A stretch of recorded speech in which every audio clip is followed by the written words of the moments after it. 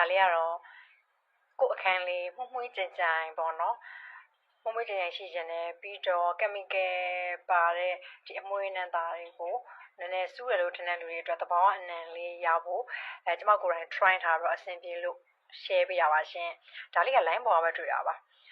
သူကတံမျိုးသီးအကြီးတစ်လုံးဖြစ်ဖြစ်တံမျိုးသီးမရလဲတံမြာသီးတစ်လုံးပြီးရင်စမြမြလေးပြီးရင်ဒီအမွှေးစီတစ်ထုပ်ပဲလိုပါတယ်ကျမတို့အတွဲလိုက်သုံးတဲ့အတွက်တစ်ထုပ်ချင်းစီဖောက်ထည့်ရပါအမွှေးစီဘူးသုံးတဲ့လူတွေကလည်းပဲအမွှေးစီတစ်ထုပ်စားလောက်လေးဖောက်ထည့်လိုက်ပါရှင်ပထမဆုံးတံမြာသီးကိုဒါမှမဟုတ်တံမျိုးသီးကိုလေးစိတ်ချမ်းလိုက်ချမ်းပြီးအောက်ကပကံလေးထည့်မယ်စမြမြထည့်မယ်ပြီးရင်ဒီမှာဒါကကျွန်မအမွှေးစီထည့်ထားပါရှင်အမွှေးစီထည့်လိုက်မယ်အဲ့ဒါလေးကဆိုရင်တော့လေဒီကို့အခန်းလေးမှာဆိုရင်တံမြာနဲ့လေးရောပါတယ်အမွှေးစီနဲ့လေးရောပါတော့တင်းလေး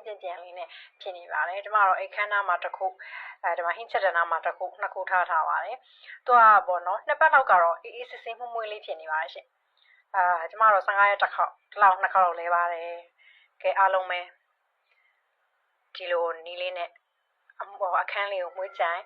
ရှင်းပြီးတော့ဝင်လာတဲ့မှုှရနံလေးတင်းကြပါလိမ့်ရှင်